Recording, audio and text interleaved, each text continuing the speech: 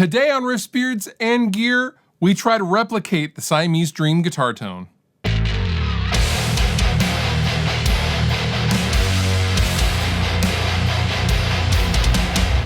Growing up as a 90s kid learning how to play guitar, I was always fascinated by the variety of guitar tones, and the one that really stands out for me and had a massive impact on my ear for guitar tones was the Smashing Pumpkins album, Siamese Dream. In fact, this is the Fender Stratocaster that I got for my 15th birthday in 1995, and it has the Billy Corgan approved lace sensor Strat pickups because I just absolutely loved the Smashing Pumpkins, and they were also the reason why I got my first Big Muff. Well, I have some pieces of that tone puzzle, and I thought we would try to recreate, or at least approximate, the Siamese Dream rhythm guitar tone. Now we're about to get nerdy in here, so if you don't care about any of that stuff and you just wanna see the guitar tone in a mix and then complain about it down in the comments, go to this time right here. But if you want to stick around and get real nerdy with me, let's continue. Now, before we can talk about the pieces of the puzzle that I used to recreate the Siamese Dream tone, we gotta talk about the original pieces that were used to create the tone that Billy Corgan used to create his legendary tone. And really, that centers around a JCM 800 2203 mid-80s Marshall head. Now, this Marshall head is just like mine with the horizontal inputs and everything. However, there are some key differences with his head and mine. Namely, his has been modified to use KT88 tubes, which is a common mod, especially done back then. But my head still has the stock EL34 tubes. These are fairly different power tubes, so there is a little bit of a difference there. And also, he would run his head into a matching JCM 800 Marshall 412 cab, and I'm guessing these have G75 Marshall speakers, the kind that come in the 1960 cabs. I'm guessing, I'm not super sure.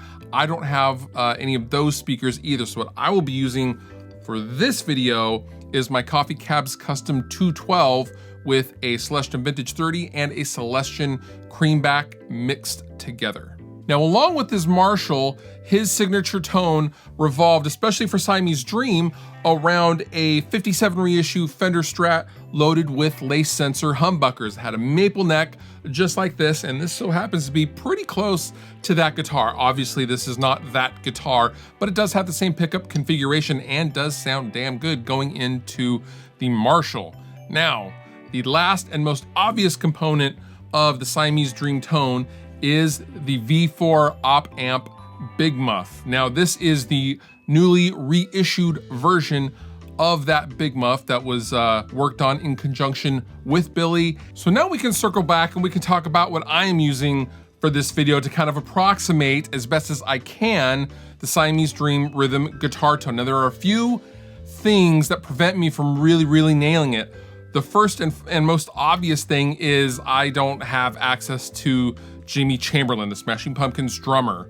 The Siamese Dream was recorded on an analog console. There's no digital involved. The guitars were heavily processed and a little weird sounding by today's standard, although the album as a whole sounds huge and it sounds incredible. But if you really analyze the guitar tone on Siamese Dream, there is a lot of mid-range going on, and the whole album is a little muddy, I guess, if you want to get picky. However, it has its own aesthetic. So I am working with MIDI drums. I am using Get Good P4 Matt Halpern kit, and I am using the Coffee Cabs Custom 212 with two Rode Procaster microphones. These are basically like Shure SM7B microphones with my Fender Strat into the op amp Big Muff, into my 800, into the low sensitivity input, with the gain being used as a volume and the master volume all the way up, just as Billy uses it with his Big Muff. And yeah, heavily processed, but we're gonna talk about that after I let you guys hear the tone, which is right now.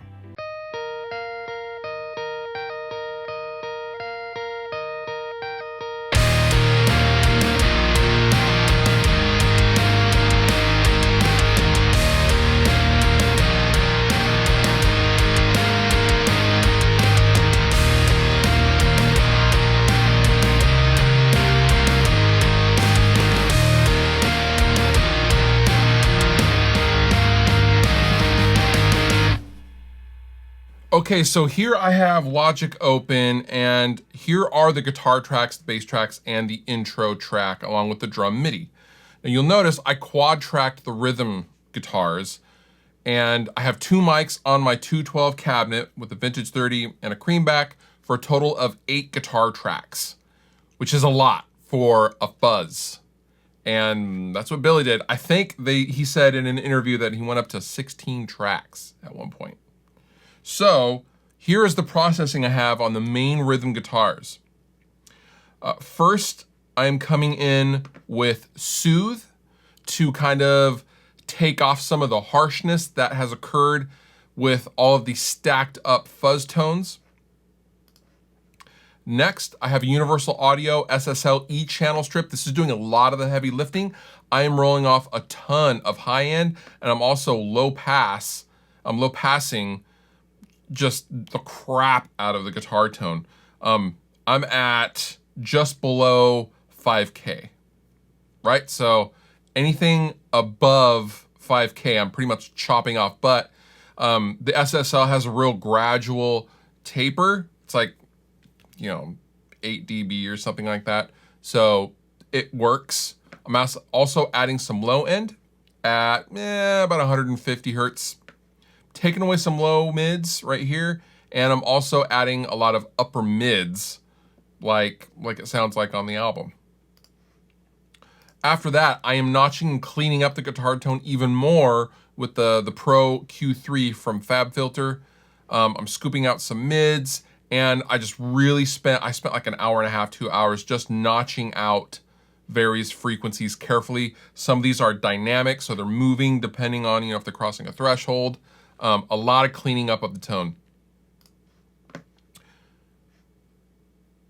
Next, I'm coming in with a Universal Audio Distressor and just crushing the guitar tone.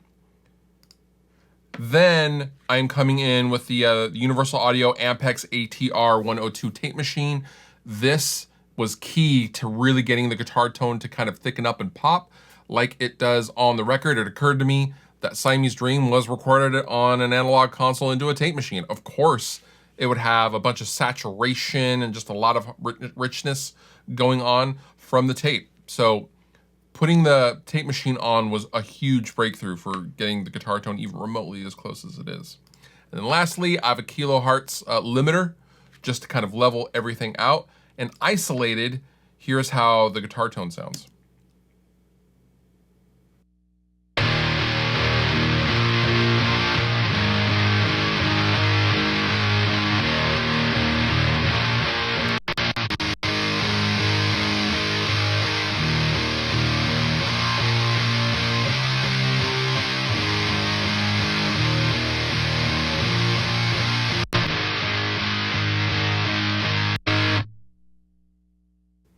Okay, and there you have it. That is the Corgan Big Muff Siamese Dream tone as best as I could get it.